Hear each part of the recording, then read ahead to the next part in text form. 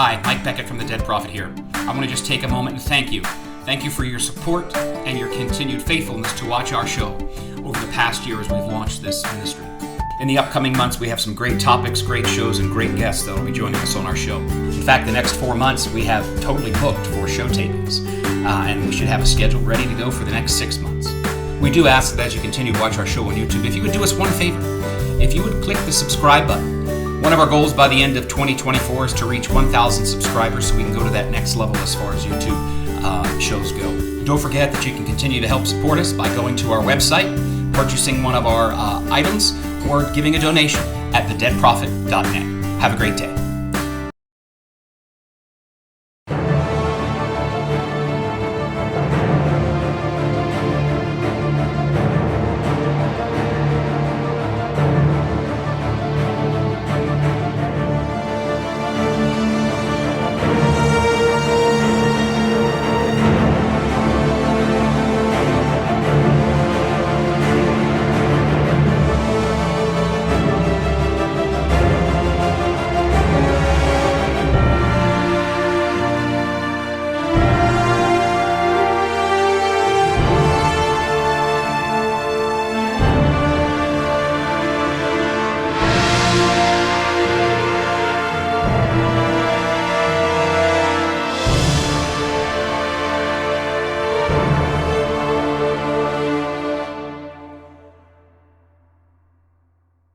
The ministry of Ability Tree has grown through the years as the need has grown.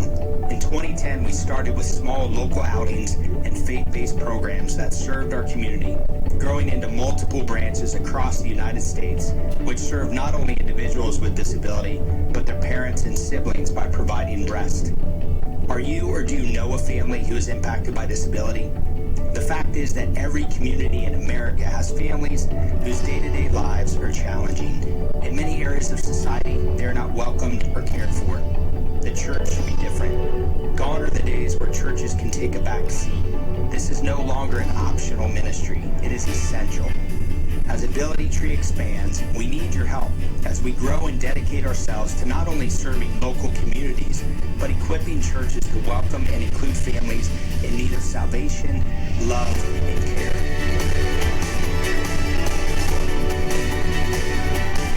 We believe that together, when we make the church inclusive, we make Jesus accessible.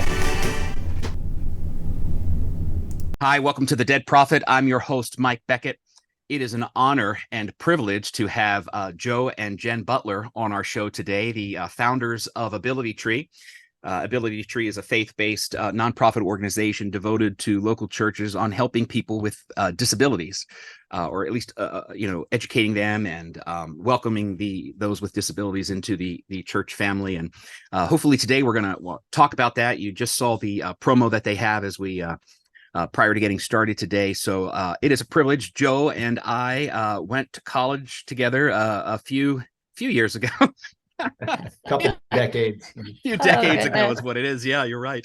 And Joe is a great golfer. Why you didn't go pro, I'll never know, but you are a phenomenal golfer, much better than I am. But it is great to have you on the show today. I've been following you on Facebook posts, and as you kind of were developing the Ability Tree and walking through that journey. And today, I hopefully we could talk about what led to that journey, kind of what you guys do, and any advice you have for fellow believers and fellow disciples of Christ as to how to be open-minded more to people who have disabilities. I mean, when you think about culture today, when we hear disability, everybody just goes, it's like, is it what's the disability? Because disability includes a whole wide range nowadays. It's not just like mental retardation or brain development or things like that, where students or young people don't have the capacity to function on their own. But it encompasses a whole. Disability is like an inclusive term these days. And I think sometimes society-wise, and especially within the church, there's this wall that goes up when we hear that. And I think it's a wall because we just are not informed and educated on the realities of disabilities. So I'm hoping we can kind of talk through that and go from there. So the first question I have for you is, what is the ability tree? I mean, I kind of just read what it was in your description online, but talk about, what is the ability tree? Yeah, thanks, Mike. It's a pleasure being on here with you guys. And so, yeah, the Ability Tree is a faith-based nonprofit organization we founded in 2010 to come alongside other families impacted by disability like ourselves. And so basically two branches of Ability Tree. We work with families in local communities, who have a variety of intellectual disabilities and physical disabilities, and to provide community, to provide respite. We've said in the past, we're kind of like a Boys and Girls Club for families of kids with special needs. Of course, we're faith-based though. And then we also work in the local church. So, we believe the local church should be the most inclusive place on the planet. That's who Jesus was. He welcomed everyone of every ability, and obviously interacted and healed people, but also saved people. Salvation is the greatest healing. So, we don't focus on, our ministry is not focused on healing. It's focused on, community and welcoming and including. And so, 17% are now diagnosed with a developmental disability. And again, that varies what that is. Right. But that's just the children. So about one in six families are impacted. So it's no longer, an optional ministry for churches. It's really essential ministry in every community, because every community is impacted. So we try to teach the local church and equip the local church and come alongside the local church through consulting and training on how to welcome, include, and support these individuals and their families so they can encounter Jesus and also be a part of community. So those are the two kind of main things that we do. We incorporated in Northwest Arkansas back in 2010. We had our first building in 2011. We built a new facility out there in 2020. And then we also have branches, we call them local branches, in Arkansas, New Jersey, and Florida as well. So great. Wow. Yeah. I mean, that is amazing. And it's interesting because you had said, about one in every six. When I grew up, autism wasn't a thing. Right. We had autism, OCD, which is a lot of people many people who are on the spectrum of autism are OCD. And in fact, I have a student, or have had a student in the past, who is on the autism spectrum, functioning Asperger's. And, of course, those who have functioning Asperger's, they tend to be fixated on one particular thing. And this individual was fixated on history, which made history class a lot of fun, because every video I would talk about, they would quote, so.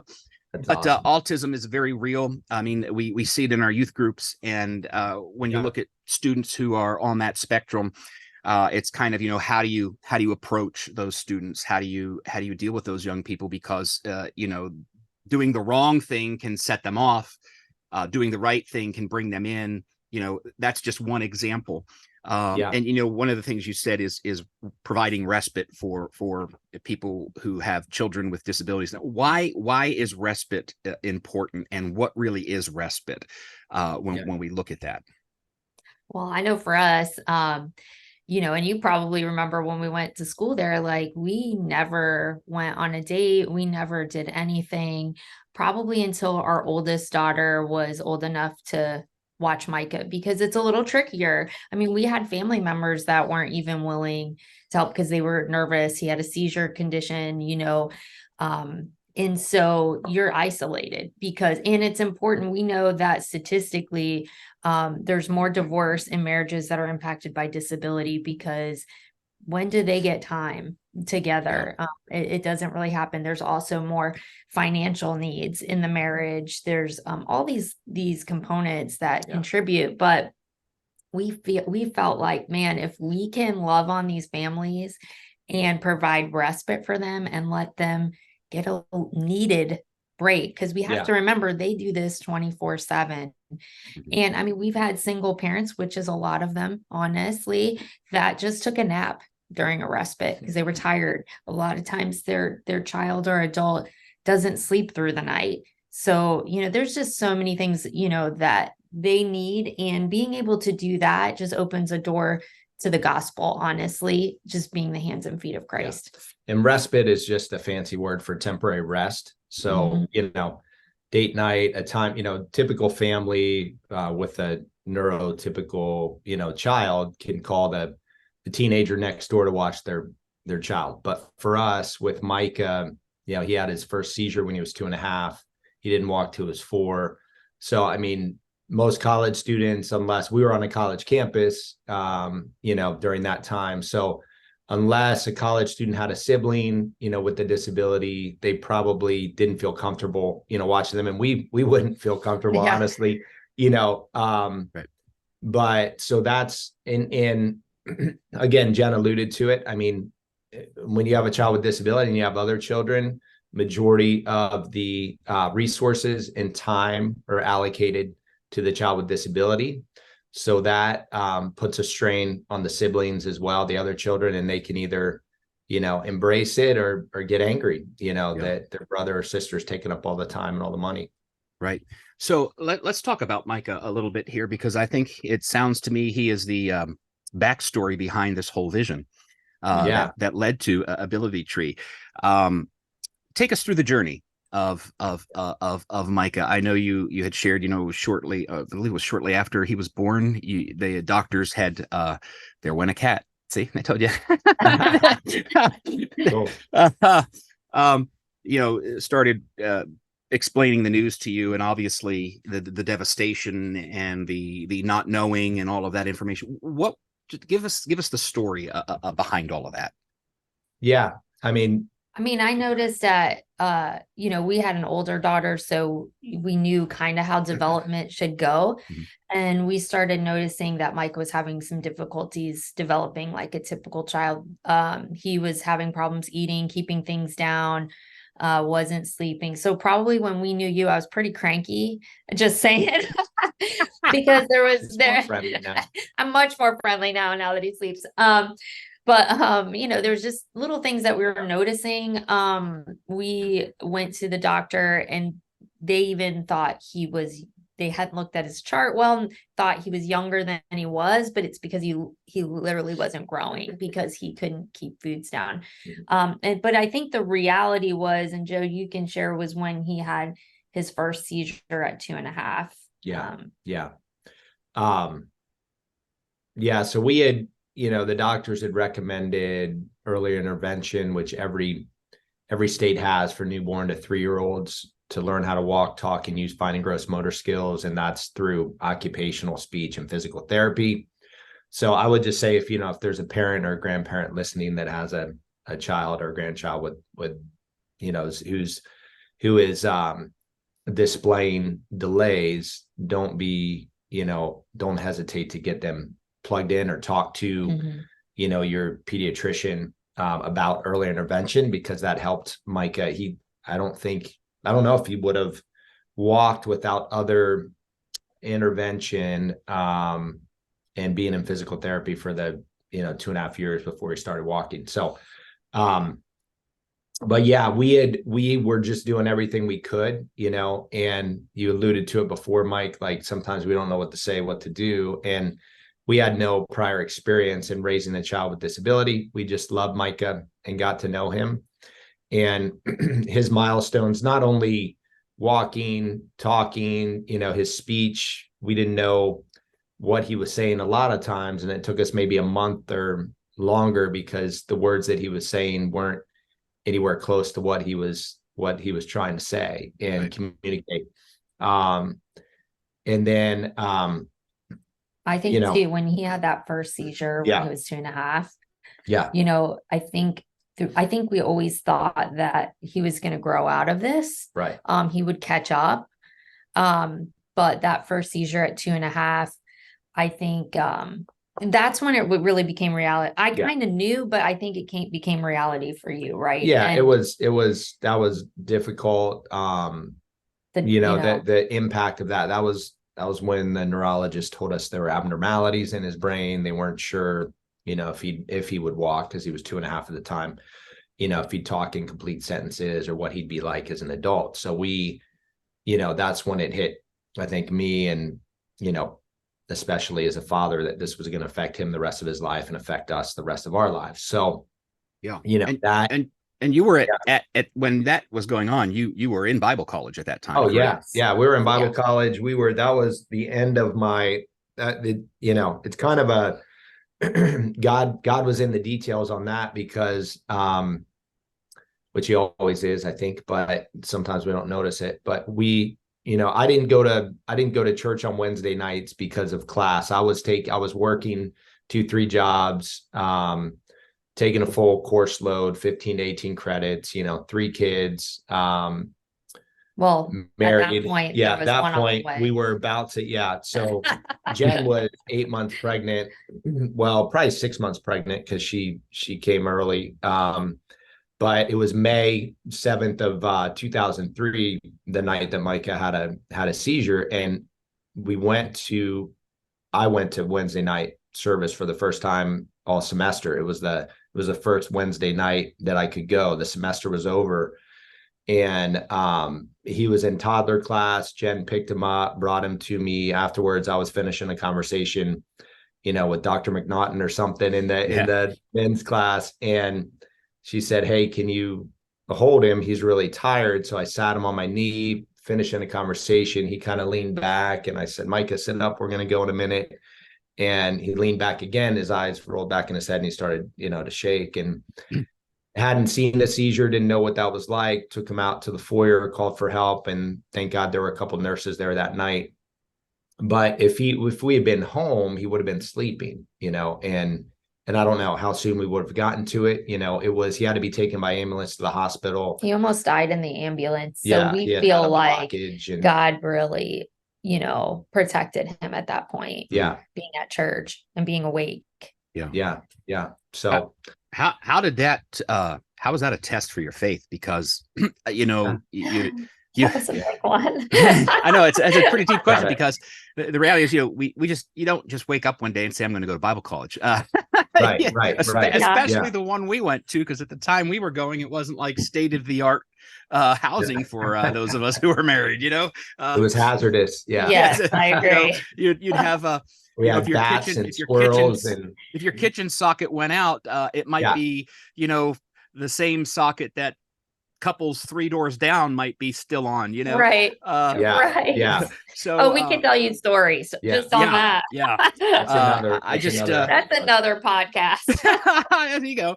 But you feel God, God's called you into the ministry to do whatever he's called you to, and then all of a sudden there's these things happening. Your son's having seizures, you're not quite sure what's going on. I'm sure at that point there had to be this, where are you? Why? Right. Yeah. What was that? He definitely, I think I was too overwhelmed with everything to ask, but he definitely. What was that like? Yeah. That night, so when he had the seizures, taken by ambulance hospital, they had to sedate him to stop the seizure. When they transferred him to a children's hospital in Bryn Mawr, they only let one of us stay that night. So they had been doing all kinds of tests and scans. They had to sedate him to do that. Jen was pregnant, 6 months pregnant with our third, and she stayed in a hospital cot in the room. And so I left around midnight, and, the last view of Micah was in a hospital crib out cold with tubes, monitors, beeping and all that kind of stuff. So I went back to our glorified college, apartment base, and we did our last year and a half or 2 years. We did have a great, we had a huge 3-bedroom apartment. It had its issues, but it was huge. It was not always warm in the winter, I'll just say that. But so I went back. But the floors shook when the heat would come on. Oh, Oh yeah. yeah. Oh, yeah. And we had some young adults above us who like to make noise too. I like to bowl, I think, I is what think it they were sounded like. bowling. They were bowling. Yeah. But anyway, go ahead.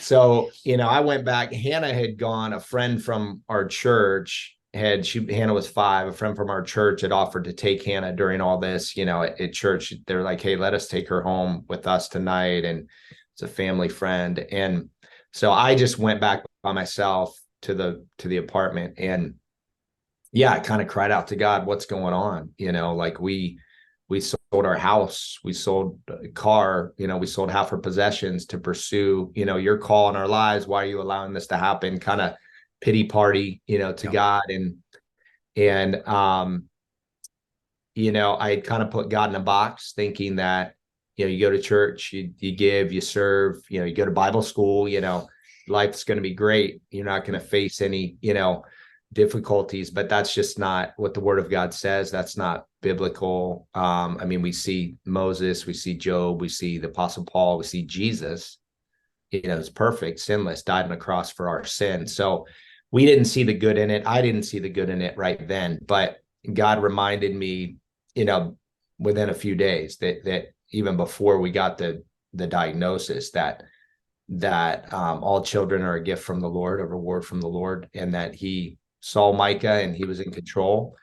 And then when they came back with the abnormalities in his brain and all that stuff, and it was a neurologist with not a good bedside manner. She just basically point blank, this is what it's like. And, not a hope dealer, not encouraging. And again, God reminded me that, he knew Micah, Psalm 139. He knew Micah before he was formed in Jen's womb, and that, he was fearfully and wonderfully made. And so we just held on to that, we were both anticipating, when's the next seizure going to come? What's going to happen? What is life going to be like? And we just, kept going through the therapies, doing everything we could for Micah. He went 14 years without seizures, that we know of, without any seizures like that. And, it was just, it was just learning, how to, be a family impacted by disability in the world that we live. How did your children adapt? Your other 2 daughters adapt to this? I mean, because I see pictures, on Facebook, being friends and stuff, and everybody's, all together. And I love the, I don't know. I just always love it when I see a picture. You have the picture of the 3 kids on there, and they're just all smiling. Your daughters are hugging Micah. But I'm sure this had to probably have a little bit of a challenge on them. But how did they kind of deal with it? And because children deal with things totally different than we do. I think one of the interesting things that I think that, and I don't know why God has created us to be like this, but that why, when something happens, we have this idea, well, we're following you, we're doing what we need to do. Right. Things should be good, which is totally unbiblical. We can thank the prosperity gospel for that, right? Which is another reason that you said at the beginning of the show, we don't focus on healing, we focus on being the love of Christ and being Jesus, which I think is the key, because I think we spend so much time focusing on these other things within Christianity that are really irrelevant and don't bring people to the love of Christ. That I think it's really key and important. But I've always wondered why God allows us to come to the point to say, why is this happening, Lord? Why do I feel alone? And then I sit back and I reflect on David. I sit back and I reflect on Isaiah, Nehemiah. I mean, I just sit back and the disciples, and I think, they were just like me, and you use them, and they had a lot more. And when you look at David had probably a lot more whys in his life than he had probably understandings of what God was doing. And so I'm no different than them. So I find it kind of interesting that God does that to us at times, especially at critical times and junctures when there's, something happening. But how did your kids adapt to this, growing up with a sibling that has a disability, and what was that like for them? And how did maybe they encourage you in the midst of their childlike faith? Because I'm sure there were times that was like, wow, I can't believe Hannah or your other daughter would be like, they're just doing this so wonderfully. Sometimes, why can't I do it like that? Well, I'm going to Yeah. be honest, like I think this is a God thing for us. We noticed early on, especially when we were in school, that it was affecting Hannah very negatively. When you're in and out of the hospital all the time and having to get people to help with her, and then we had therapists coming over all the time in our house, and it was therapy particularly for him. And then there were times when we did have therapists that were like, oh, Hannah, you can't do this right now, or you can't, and Hannah said to me one day, she's like, when do I get my therapy? So there was this like thing like, well, he gets all this. I don't remember ever having all these people paying attention to me. But I think it was a God thing, because I felt in my spirit like I need to do something for her. Like I need to block out time somehow for her.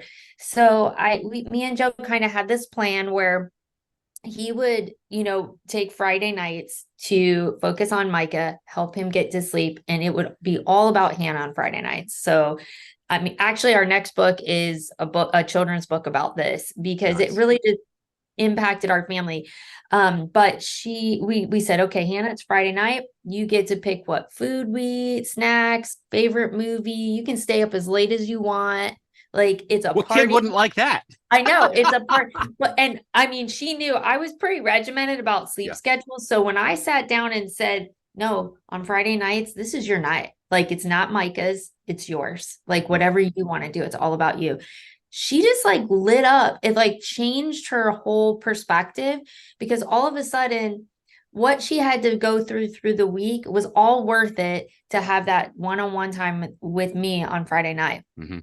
And it carried over into Clara when our third came. She got grandfathered into Friday nights, and it was Friday night girl time, and they could decide on movies and snacks. It got hard. Sometimes they didn't like the same movies, but you know what I mean? Like we did. And it's funny because it went all the way through to high school for them. Yeah. And I think high school changes things a little bit. Oh, well, my friends are going here tonight or whatever. And I was like, it's okay. We'll find another time. But then we still, to this day, even as adults, we find intentional things like, oh, hey, we know Clara likes golf. Joe will be intentional about when she's home from college. Hey, let's spend a golf day. Yeah. Let's do it. We still do that to this Yeah. day. And I think it's made all the difference. And I think it's important for parents that hear this, is keep that open line of communication with your kids, that they can tell you anything and nothing's wrong with them. Like whatever they want to say about how they feel about their sibling, we have this safe time. Like you can tell me however you're feeling, get it out. Like if you're angry or frustrated, but you said something impressed me. The first time I did that with the kids, I was like, tell me anything. Like you can just, how upset you are, you can just let me know. And they didn't at all. And that impressed me, because my oldest was like, I just want to see him get married one day. Yeah. And my youngest was like, I don't really think he really is more popular in school than I am. Like, or whatever. Like, so, but it was cool because I expected them to be like, and instead they just had real concerns, just like we had real concerns. And that was impressive to me. And in the book, they each write a chapter, and I love that they were part of this. We've always just brought them into the whole journey. Yeah. So let's talk about that book. It's called Life with Micah. Recently came out, and it's available on Amazon, and that's it right there. Yeah. And let's talk about that. What have you shared in the book? Obviously, I'm sure your journey. I think it's really neat that your daughters contributed a chapter, I'm sure, from their perspective. But talk about the book a little bit. How first of all, how challenging was it for you, or difficult for you to kind of take all of these emotions and all of what you've been through, and now you're putting it on paper and you're going to share it to the world? Take us through that. Yeah, that was a little scary. I've talked to some friends who are authors, and like you've got to be vulnerable, and then you're like, are people gonna, how are people gonna respond to our story? But I think it's just like your testimony. I mean, it's you just share your testimony, and that's we know we overcome enemy by the blood of the Lamb and the word of our testimony. And so it's kind of, we're just telling our story, and another family, their story may be different or will be different. So we wanted, the kind of subtitle is Life with Micah, Finding Fulfillment and Purpose Through Your Child with Disability. So this was something we wanted to write. We've written articles, written,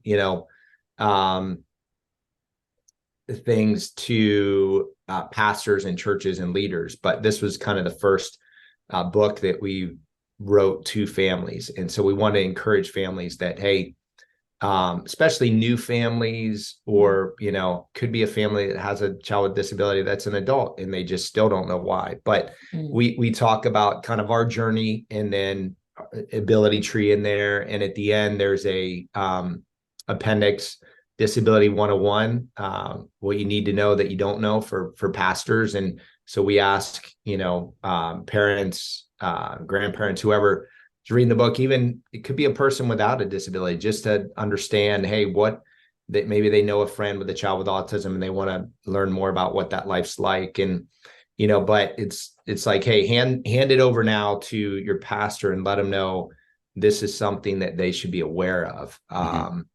Because it impacts their community that they're trying to pastor. And so it's lighthearted. There's some there's some funny stories. There's some difficult stories as well. What I think, going back to the siblings, Hannah and Clara just sharing, they share some pretty heavy stuff. There's times where, it's they've been a little embarrassed, or they've been angry at the way other people have treated, Micah. And it's really just here's kind of what's happened, in our life. And through it all, it's not about fixing your child with disability. It's about loving them and embracing who they are. You're going to do everything as a father, as a parent. You're going to do everything you can to help your child develop, but you need to love them for who they are. And they're not a person that needs to be fixed, or they're not a problem that needs to be solved. You try to get into their world and try to understand their likes and dislikes. And so that's kind of, what we've done in discovering their gifts. I mean, we believe now Micah is a gift from God, and we've seen God's gifts operate through him. And, it's been an encouragement for us. And it's, we didn't always see him that way, and it's connected us to people that we would have never seen or talked to. And that in itself is really amazing too.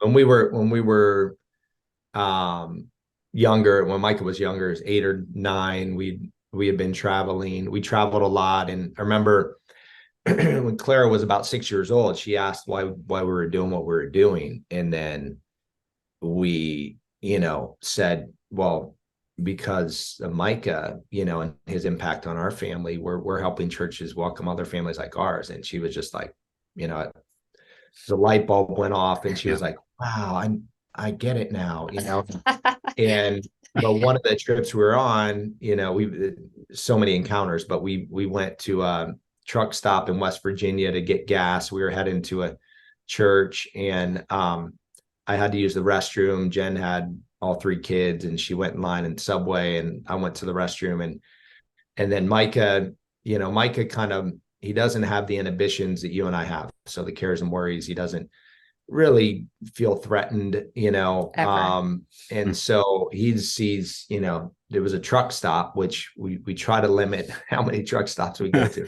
because he may be hanging out with a trucker somewhere. But he kept going over to this one trucker out of like 80 truckers, and Jen's trying to order, food, and the kids are all little, so she's like trying to wave him back. She's in line, doesn't want to lose her space. And then finally she gets the food, and this trucker's like, hey, do you want to see my truck? And she's thinking they're going to get kidnapped. And then I come out of the restroom and come over, and he asked, "Hey, would you like to see my truck?" So we went out to look at his truck, and he asked if Micah was on the autism spectrum, and I said yes. And he said, "Well, we have a 8-year-old daughter with autism, and my wife's been trying to get something going in our local church." And out of all the truckers there, he kept going to this one guy, and and so we've just seen over and over and over again, and we share a lot of those stories in our book, where it's not coincidence. He's really being led by the Spirit, and he has a discernment. That is amazing. Just a discernment on the people that he approaches. It doesn't mean he's perfect. He's not at all, and there's times where he interrupts people praying at the altar, but then there's times where he prays for people at the altar, and they've said they've gotten healed, and so just letting him be who he is. Of course, we teach him social norms, but he doesn't always live by those social norms. So what are you gonna do? You get angry, or you're gonna, I think we understand, we're not sure what he fully understands. He has a hard time communicating sometimes with us, so we don't want to discipline or punish him for something he's not able to control as well. And so it's difficult, being a parent and parenting, because you don't just say, well, anything goes. You want to give boundaries, you want to teach, but you also need to trust the Lord and pray every day, multiple times a day for your child, for God to, I've been praying since he was little for comprehension and understanding, and for him to know, what God's will is for his life. And, so it's been quite the journey, and it's just, he's only 22. So it's a new, we have a new things every day, and we're in a new season right now with him. So trying to get him plugged into some adult programming, and while we start setting things up down here in South Florida. But never a dull moment, That's why I tell the kids, you could live such a boring life, but you don't when you have Micah in your life. You never know what the day is going to hold. So. Well, we're going to take a quick break, and then we'll be right back here to continue our conversation with Jen and Joe Butler. Hi, Mike Beckett from The Dead Prophet here. We're living in challenging times for those of us who still hold to traditional values, family values, and godly morals. These are things that we do hold dear to our faith, and which identify us as believers. And they are continually being stripped away and under attack by liberal politicians and a perverse society we live in. I believe The Dead Prophet is an opportunity for us to reach out to fellow believers and discuss the real issues we are facing in both society and the church. So many churches are selling out their faith to the secular culture rather than focusing on becoming true disciples of Christ by following the scriptures. Our tagline here at this ministry is where a biblical worldview and real life collide. The Dead Prophet is committed to talking about and discussing issues, sometimes issues that are not so popular, and yet are critical to our journey as disciples of Christ. We use technology via our YouTube channel and website to interview others in the faith and to help inform, educate, and encourage believers to live an authentic life as a disciple of Christ. Since our launch in early 2023, we have had several people on our show discussing topics that range from how to live a godly life in a godless society, what is discipleship, are we really living in the last days, and following that one up by the recent attacks on Israel by Hamas. Did Jesus really claim to be God? And a variety of other topics. We've interviewed young people who are missionaries to Arabs, young people who have stood up for their faith in the workplace, and up-and-coming Christian artists, and nationally known authors as well. We have several lists of authors still on the schedule to interview, and some great shows coming up in the upcoming 2024 year. We've developed 4 different evangelism t-shirt series. We have a few items also on our website for people to purchase to help support this ministry, such as books, cups, and tote bags. Here at The Dead Prophet, we have a threefold focus. First, to encourage believers to live their faith out loud in the midst of a post-Christian, anti-God secular society. Second, to counter the current political culture with the truth of God's Word. And finally, to strive to live an authentic Christian life, allowing Christ to grow in and through our lives on a daily basis according to the example set by Christ in His Holy Scriptures. As we begin our second year, we are asking you to prayerfully consider partnering with us here at The Dead Prophet.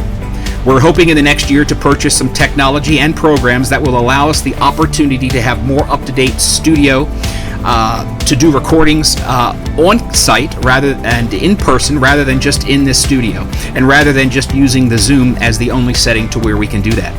We would like to also include panelists, have some shows where we have panelists talking about specific topics, where we can discuss, debate, and analyze those concerning issues facing our faith within our current political culture, and encourage us to continue to strive to be disciples of Jesus Christ and to not give up. Several ways of which you can help us. You could send us an email at thedeadprophet75@gmail.com with your mailing address, and we can mail to you a support letter, one of our recent support letters that explains exactly what I'm talking about. And in that support letter will be different options of how you can help support us here at this minute. You can also go to our website at thedeadprophet.net, and you can purchase one of our items from our store, or go to the adverts section, and it will explain to you our partnership levels that we have here to help partner with us at The Dead Prophet. Maybe the Lord is just leading you to pray for us, and you can do that as well. Or He's leading you to just give a one-time gift, and you can send your one-time gift to us, or a gift to us that the Lord leads you, to P.O. Box 302, Du Bois, Pennsylvania 15801. In closing, I'm wrapping up my third book, where I am comparing modern American Christianity to the 7 churches in Revelation. It's an extensive research and discusses ancient history, how issues with the first century Christians and those Christians today are eerily more similar than we thought. Current trends and the breakdowns of the meanings behind each of the verses discussed in those chapters, to help us grow in our faith as disciples of Christ. The release date for that book is anticipated for sometime early 2024. Once that book is released, I'll be planning on booking and launching a book tour in different venues, so you want to stay tuned for that. But I thank you for just taking the time here to listen to this announcement, and I hope you will prayerfully consider helping to support The Dead Prophet and the vision that we have here at this ministry. Looking forward to talking to you again. Have a great day. Bye-bye.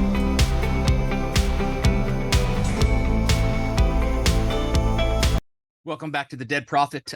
We are having a wonderful conversation with Jen and Joe Butler, founders of The Ability Tree. Been talking about Life with Micah, their new book, and what it's like living with a child with disability, how it impacts the family, but yet how he just picks those people. God uses him to pick those people, that trucker at a truck stop who would have known that their child was also a child that had a disability, and you were able to connect with them. And that is just amazing. You know, one of the things you said a little bit ago is, you know, the goal here is not to fix. We're not here to try to fix our kid. We're not here to try to fix the disability, and I think in our culture today, the biggest thing is we want to fix things. I know for myself, I'm the type of person that if I can't fix it, then something's wrong with me. Right. Mm-hmm. Which has been one of my, challenges through life. I always like to try to fix everything. It's got to be the way I want it to be. Sure. But rather just loving and embracing that child that you have with a disability, and refocusing off of the cultural focus of having to fix everything. Yeah, I think that is key. And you had mentioned in the back of your book, you have a section in there called Disability 101. I remember when I was in Bible college, and I'm sure you do too, Joe. I don't remember having a course on how to deal with people with disabilities. No. In fact, when I went back to school for education, we had differentiated instruction, which dealt a little bit with the different styles of learning. Mm-hmm. But I was never told, how do you deal and work with people who have disabilities? Autism is a big challenge as an instructor. It's not like it's just a minor learning disability. There's behavioral components that go to it, emotional. You never know if a child is going to have an outburst, and what do you do? What are your thoughts on trying to, especially in a ministry setting, we're setting people up to go in and do ministry, which I think over the years we've kind of done poorly, because we set them up, we give them the degree, and then we just send them off. We don't give them Pauls to go under. There's no Paul Timothy kind of thing going on. It's just like, hopefully you get the church that has the pastor who really wants to invest in you. Otherwise, you're on your own. Yeah. But, bringing the message of working with people and being inclusive with those with disabilities into the church, and helping the church to be educated. You think we need some at least a course on how to deal with people with disabilities, types of disabilities, what it's like, you know, to on the impact on the family, on the impact on the social structure around the family with friends and in the atmosphere. What are your thoughts on that? Yeah. You know, we actually do a training. We train church organizations and churches on becoming an accessible church, practical steps to welcome and include people with disability in the life of the church. And I think, again, going back to the 1 out of 6 kids with the developmental disability, 1 out of 5 overall, and then 1 out of 4 adults with disability in the United States, 61 million Americans. And again, that varies, but we need to be prepared, not perfect, but prepared as the church. Especially the church has, you know, from the beginning was the place where people would go to, you know, if they needed help, they'd go to the square and they'd wait for a follower of the way, and they would provide, you know, shelter, a place to stay, and food, and all that. And I mean, the church has been in basically started hospitals and education and all that. And we've kind of taken a back seat on disability. Prior to 1975, only 1 out of 5 kids like Micah were being educated in the public school system. They were turned away 4 out of 5. And then IDEA, the Individuals with Disability Education Act, it was called something different back then, but that was enacted in 1975 and redone again in 91. And then free appropriate public education, FAPE, and then least restrictive environment, all these laws, you know, to welcome and include individuals with disabilities school age into school to be educated. But the church has been exempt from that because they're a religious organization. So it's only been the churches that have wanted to welcome and include that have done it. And so that's why we, you know, and as an ordained minister with the assemblies and, you know, Ability Trees, faith-based, not denominational, but we have a heart for the church. We believe the church is the hope for the world. And so we've got to do a better job. We've got to think about, it's not an optional ministry. Like we said before, it's essential. It's not like, hey, should we do a food pantry? Should we do, you know, a substance abuse program? No, this is, you know, you should probably do those, but this is essential. This is, you know, kids ministry. You got 100 kids, you got 50 kids, you got, you know, 8.5 of them have some type of disability. You got 100 kids, you got 17, and then their family. So really, you know, it's our whole thing, Mike, is not about starting a new ministry. It's really changing your philosophy of ministry, changing your culture to welcome and include and support individuals and their families with adaptation and modification as needed. But it starts with people. We use Luke 5 lesson, Mark 2 model, where the man was brought by his friends to Jesus, the paralytic, for healing, basically. But they couldn't get to Jesus because the people were in the way, and the people didn't understand. They didn't see the need. You know, they didn't move. They're like, hey, probably we're here first. You wait, your turn. So they went, you know, they went up on the roof and removed tiles. And so they modified the place. You know, the attitudinal barriers, there's attitudinal barriers, and then there's physical barriers. They had to go up and modify the place, dropped the man in front of Jesus, and Jesus is teaching. You know, he's in the middle of his, you know, program. He doesn't say, hey, what are you doing? Go back on the roof, wait outside. I'll talk to you later. I mean, he adapts his message to meet the man's spiritual needs first, and to prove that he was the Son of God and able to forgive sins. He then heals him. And we see from that encounter, Mike, that the people were left in awe and wonder of what he did that day, you know, and praising God. And I think when we welcome and include, support families well, you know, it brings glory to God. We see John 9:1, the disciples asked Jesus with the man born blind, who sinned, him or his parents? And he said, neither. It was to bring for the works of God to be displayed in him. And so, you know, when the Disability 101 appendix in the back of our book is basically, again, for a parent or the reader of the book to bring that to their pastor. And either the pastor is going to be somebody already impacted, you know, have a child or a spouse or themselves have a disability and kind of have an understanding, or they know somebody, with a disability. But I think it would You be know. great if that disability 101, Mhm. like you were talking about, was something that the students got before they ever got into ministry. Yeah. Because the Yeah. bottom line is we have Yeah. to be intentional. We don't show up for work and just go, oh, I wonder what's going to happen today. Right. Like, Yeah. I Yeah. mean, we prepare for work Right. and we Right. have certain things we do. All the ministries that are outlined in church, Yeah. the youth pastor doesn't just show up. No, he's got things scheduled out for the year. So what if, in college, these students that are learning, even missionaries, people that Yeah. there's a lot of Bible colleges Yeah. where there are world missionaries being trained, and then they're going to go to another country that looks totally different than America. And these people with disabilities are in cages. Like, what do you Yeah. do then? Yeah. Like, I mean, there's like Yeah. so many facets to this. And if we educated them and at least gave them a heads up, this Yeah. is what you could potentially see at your church. This is what you could see in another country. Yeah. Like, hey, let's give you the resources and tools so that when you meet Mhm. those families, you're ready.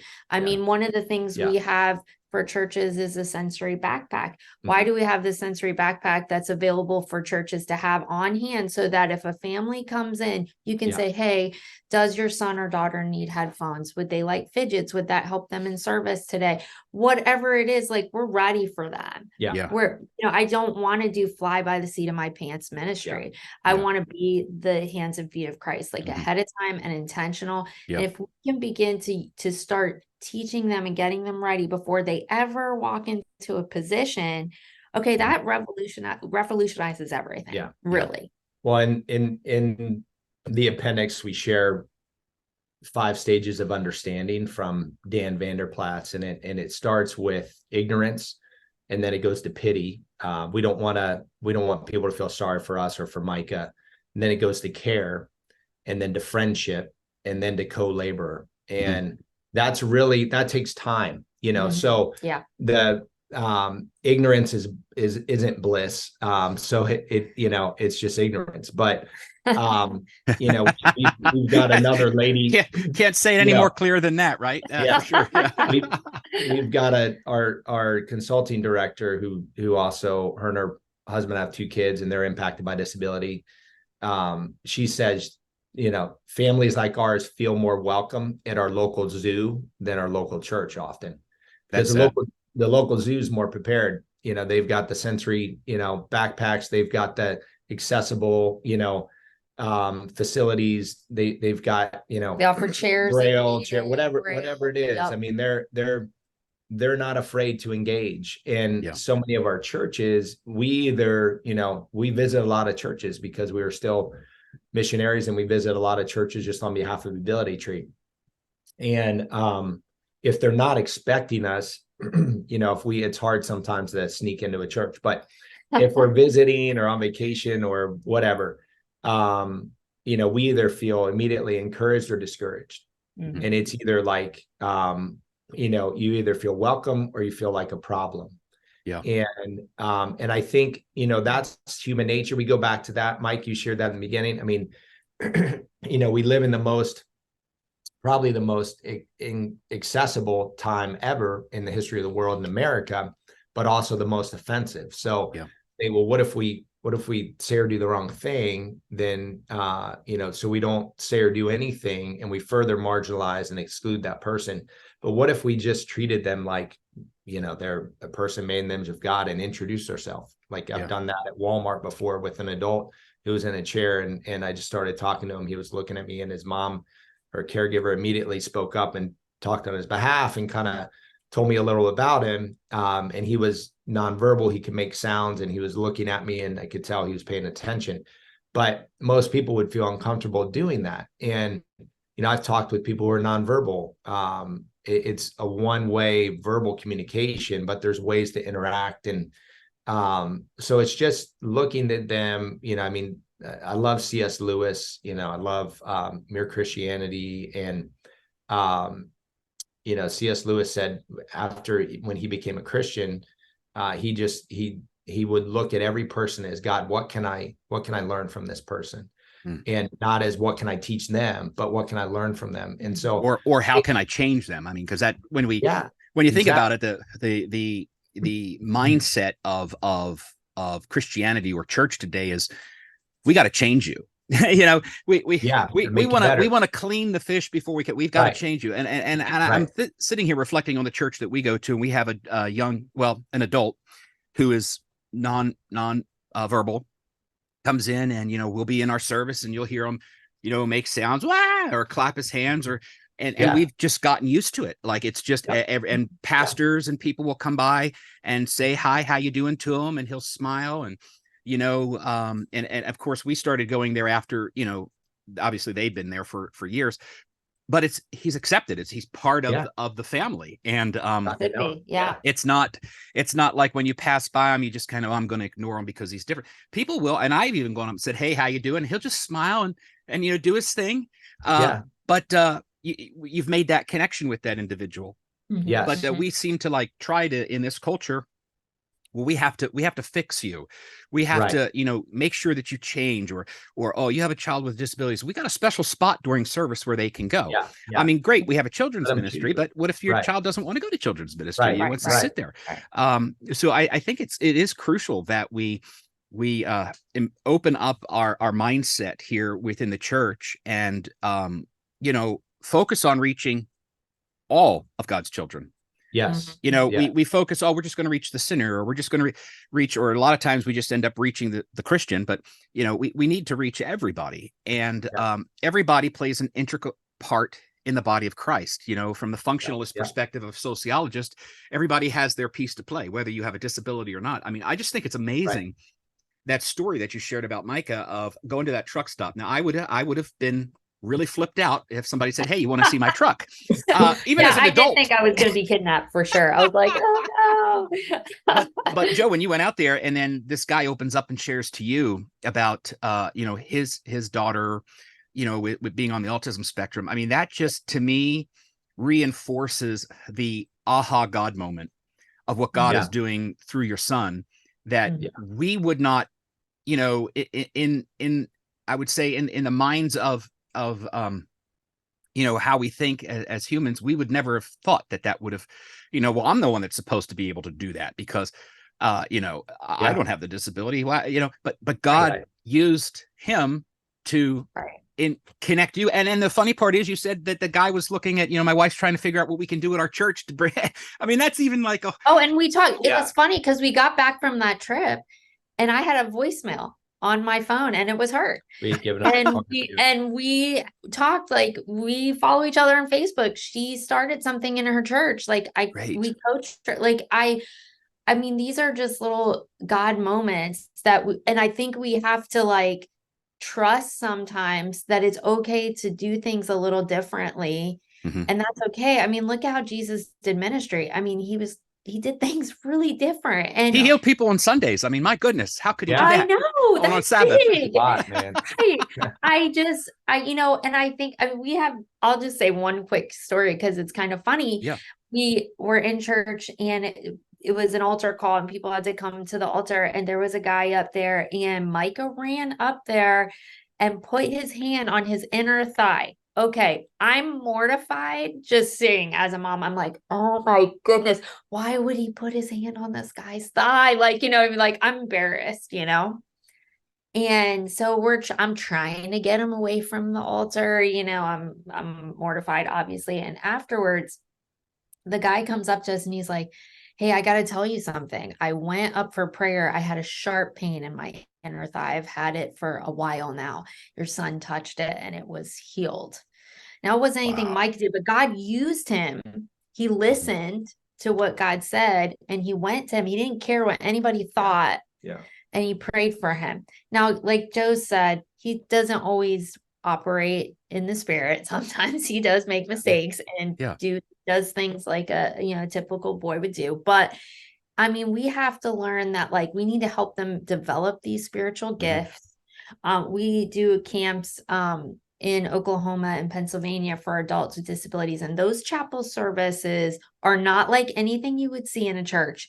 Completely different. I mean, people are walking around, I mean, they're just all, but it's free, and God moves in those Yeah. settings. And we see all kinds of amazing gifts developed Mhm. in those times that they learn. And so we've just learned to trust that. And I think if more churches could go, hey, maybe I have a place for these guys. Like Right. maybe they can serve in a way that I wasn't even thinking. We've just been amazed at what God does at our services at camp. He just moves, and there's no oh, this is the time we do that. I mean, yes, we do have worship, and yes, we do have speaking, but there's a freedom there, and God moves in that freedom. And so I feel like churches can't be afraid to just like look at their services a little bit different. Like, I love that you said your church has gotten used to some of the noises. We should get used to some of the noises. Like, he needs to be part of that service. Well, and we often say, don't make a big deal about the things that aren't a big deal. So making some noise. I mean, that's the way, he worships. If he's nonverbal, he's making those sounds, and that may be the way he worships. 1 Corinthians 12:7, talks about spiritual gifts, and it says that we've all been given a gift for the common good. So each of us has a spiritual gift. And sometimes that's where, as a parent of a child with disability, helping your child to find that spiritual gift or nurture that spiritual gift. Again, spiritual gifts are the Holy Spirit operating through our human flesh. So, there's neurotypical people that operate out of their flesh all the time. And it's, not the right time. Guilty. Yeah. So it's going to happen with kids with disability too, but individuals, it doesn't mean that we don't allow them to operate. And, honestly, if we have a professor, from Cal Baptist CBU, I got my MA in disability studies, and Dr. Jeff McNair, talks about, we're all on a spectrum of support. We are all on a spectrum of support if we look at it that way, and we have social norms, but for some people, burping in public or doing something else, or just whatever, is normal for them. They don't live by our social norms that we've established in society. And each society has different social norms as well. But so, like, for instance, Micah is, who he is 24/7, pretty much, whether he's at home, at Walmart, at church, when he was in school, he is who he is 24/7. And that's very freeing, just to be who you are, be content in who you are. And that's why, we say you don't need to feel sorry for him. We have people all the time, especially at our home church, that they come up to us and say, we'd love to watch your son worship. And, he loves worship. He loves to worship God. He loves people. He's very impulsive though sometimes, and he doesn't always listen. And, so he may go sit on the other side of the church during service. But again, or grab somebody by the thigh and pray for them. Yes. Smack somebody's butt along the way. It's okay. But it's, if he's interrupting service or doing something like that, we need to address. Okay. But I had a pastor one time, as a good friend, say, I was doing a call to prayer, and we had this, adult with Down syndrome. She came up before I was done and for prayer. And I said, so what's the problem?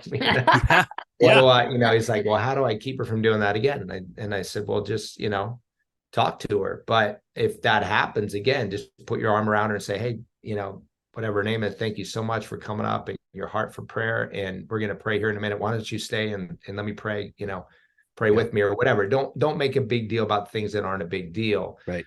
Micah will interrupt me when we're at a service, or he'll say something to the pastor, or he'll say, give it up for the worship team, or whatever it is. And it's kind of a illustration when he does that sometimes, because I don't know if or when he's going to do it. But again, most people laugh, and it's lighthearted, and it's like, we're the ones who have developed these normalcies in church and what church looks like. And we go to a building and we go to a classroom and people are quiet, and then this is a time to sing and this is the time to sit down and all that. So, we're the ones those are all man-made.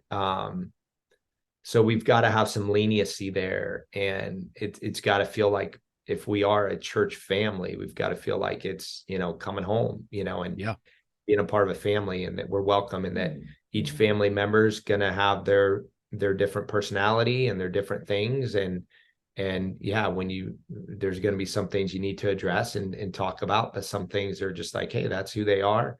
Mhm. And that's okay, Yeah. so. Now you had mentioned that you have some camps that you do. I think it was Oklahoma and Pennsylvania that Yeah. you do in the Yeah. summertime, and that Yes. it's totally different than the norm. Yeah. Yes. I had mentioned during one of the breaks that that you have the one camp in Stevens, Pennsylvania. You have two different camps running the 7th through the 12th of July and the 12th through the 16th. And I'm going to try to come down if I can Awesome. make it work in my schedule and do some videoing. Maybe we can do a follow up from this again. And I mean, I just think this is an amazing, amazing ministry. It's just amazing to hear the journey. And I can't wait to meet Micah at some point. Yeah. I mean, Yeah. he sounds like a lot of fun.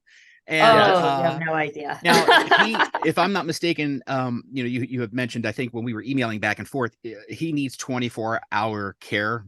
I mean, Mhm. basically for the rest of his life. So Yeah. somebody needs to be with him at all times.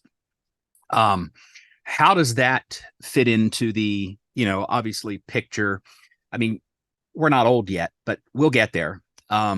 Yeah. We're getting there. Yeah. Have Trust me, we have been talking about this a lot. And I Yeah. think when we started Ability Tree, we had things for little kids because Mike was a little kid. Mhm. And then he grew to be a teenager. And then we were all of a sudden like, whoa, we need to have some things for teenagers because he's too big to be with the little kids. And then, now he's an adult, and we had started an adult program in Northwest Arkansas. And because we're like, whoa, now he's out of school. And now we're kind of in the stage of life that we're like, okay, what happens when we're gone? Yeah.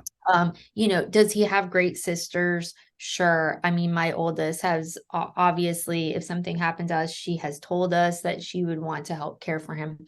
But, we had a real conversation. We talked about earlier about I've let the kids talk about whatever they want to talk about. And, she just cried to me one day and she's like, how much I love Micah. I would care for him. I'm scared though that I don't know what my life is going to be like when we lose you. Like, will I be married? Will I be living in the same state? Will I be, I don't know what God's calling me to do exactly yet. So what does that look like for Micah? Mhm. It was just a real conversation. I was like, yeah, well, what Yeah. does that look? Mhm. And now in honestly, our 5 to 10 year vision is maybe something we do need to have some kind of residence place that is faith-based. Mhm. And maybe even if it starts small with 10 and Micah's one of those, but when we're gone, it's a legacy that can be passed on later. But yeah, I mean, parents like us, like Yeah. will never empty nest, and Yeah. that's the reality of it. And how do we provide much needed respite for parents that don't have the option to just Yeah. travel and go wherever Yeah. they want, like other people our age? I was So even talking, to a new friend, neighbors that we met, earlier this year, and they have a 2-year-old with Down syndrome, and they're thinking about, already what's life going to be like for him, when they're gone. Yeah. And so families like ours, that's a constant thought. You're not thinking about being an empty nester. You're thinking about what happens when we're gone. And if your child outlives you, which you want them to, but it's also it's scary when you have a child with disability, because especially with Micah's case, where he could tell us if somebody was mean to him, but he doesn't have the details to be able to say this person did this or whatever. And so finding somebody we trust to care for him, there's not enough residential care places overnight, group homes that are faith-based and that are well run, and if there's a waiting list for them. So we've kind of have a vision of a campground, a residential facility where individuals can live and have community and do activities, and you know, Just need garden some and all kinds of millions. stuff. We just just need to, need some you know, millions of dollars. Yeah, I totally get that. Yeah, right. Well, you never know. Yeah. It's interesting. I have a friend out here who they I guess when she has Down syndrome, and I guess in what however it worked, when the parents had passed, she went to a residential area, but Yeah. then the opportunity for other families to come in and adopt them into their family. Oh, There's wow. like this program. It Oh, actually I love pays the that. family Wow. money to go toward all of the care and all of that, and they Wow. come in and she lives with them, and then 2 weeks of the year she goes somewhere else for like respite time. But Wow. they've been doing that, I think, when I talked to him, for like 20 some years now. And Wow. Oh, I she's love that. become part of the family. Of course there's the learning curve, because Yep. the emotional components with somebody with Down syndrome, changes drastically, from moment to moment. Again, this understanding the disability, Yep. and whatever triggers might be. But he's just one of those guys. It's like, I wouldn't have done it any other way.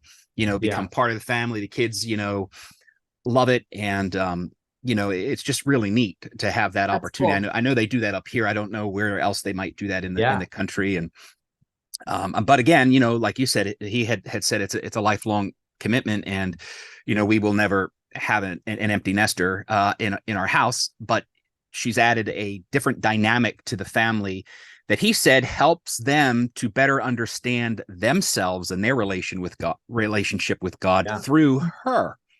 And it's Yeah. really, really interesting at how that, when you think about children with disabilities, I think it puts to the reality of having a childlike faith.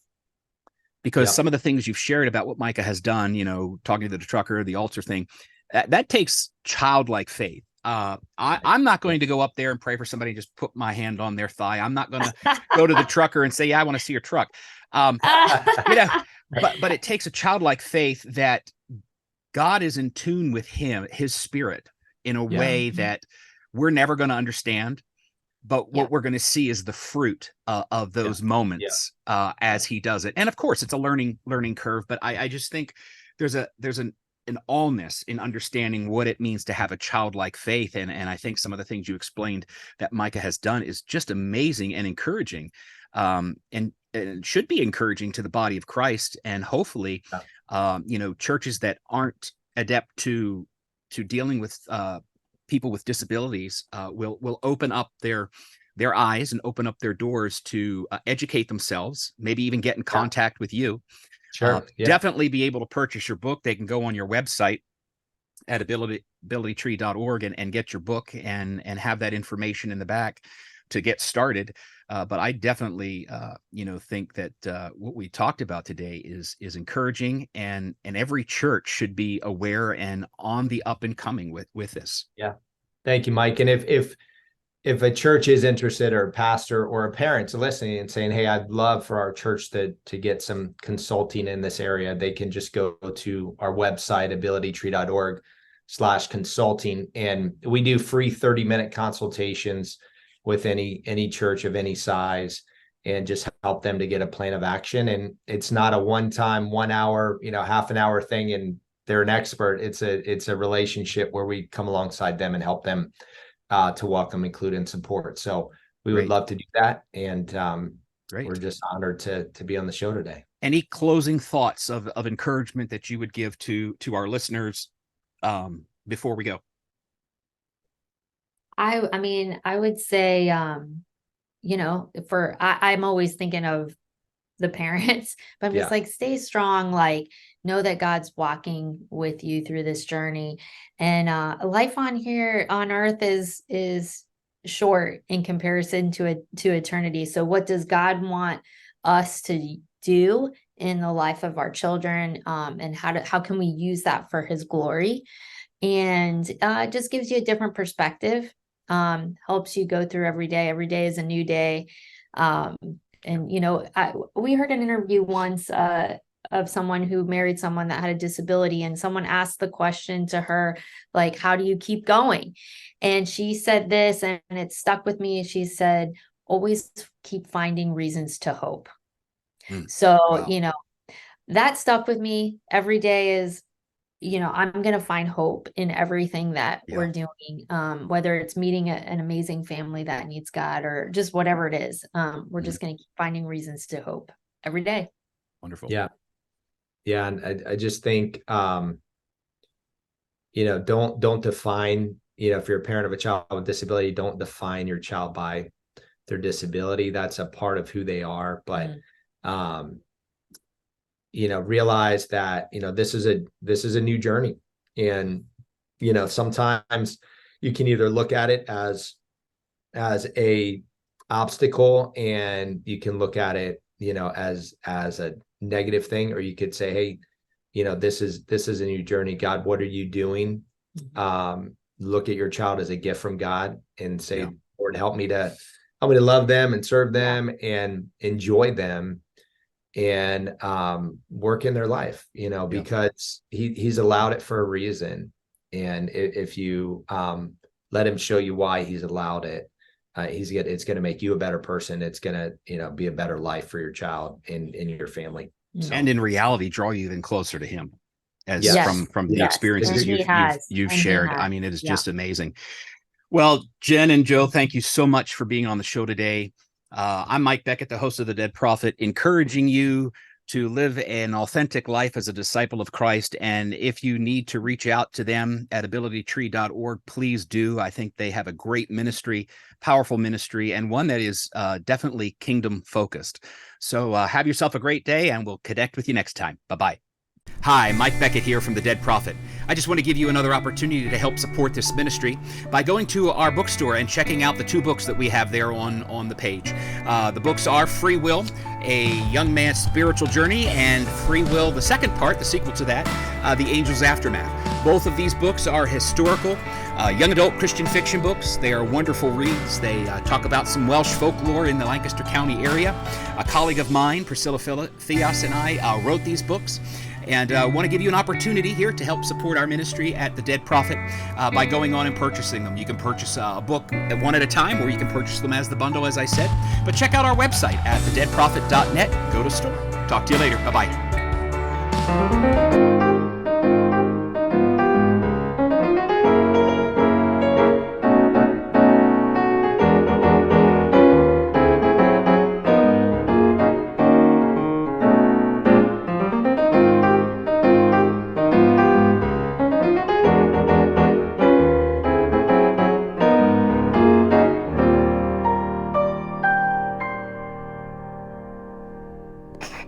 Oh, is it time?